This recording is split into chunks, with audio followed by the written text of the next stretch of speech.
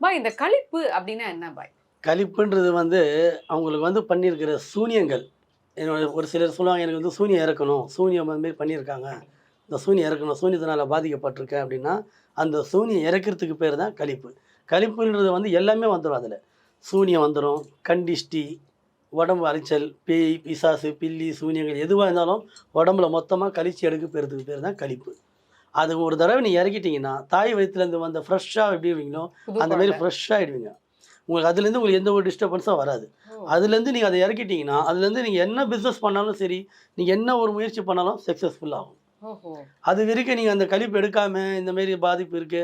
இப்போ கூட நெறைய பேர் சொல்றாங்க, "சார் நான் நெறைய பிசினஸ் பண்ணிட்டு இருந்தேன். நல்லா போயிட்டு இருந்தேன். இப்ப என்னன்னு தெரியல. எல்லாமே எனக்கு தடையாவே இருக்கு. எனக்கு வியாபாரம் பண்ணா தடை, வேற புதுசா தொழில் பண்ணா தடை. நல்லா பழகுனவன் கூட எனக்கு விரோதி ஆயிட்டான் எனக்கு." நல்லா பழகுன நண்பனும் விரோதி ஆயிட்டான். வீட்ல போனா வெறும் சிடி சிடி சிடின்னு கட்டின மனைவியும் சரி, பெத்த புள்ளைங்களும் சரி, எப்ப பார்த்தாலும் என்கிட்ட சண்டை போட்டுக்கிறாங்க. இதெல்லாம் காரணம் வந்து இந்த மாரி சூனியத்தினால பாதிக்கப்படுறதுனால தான் அந்த மாரி பிரச்சனை.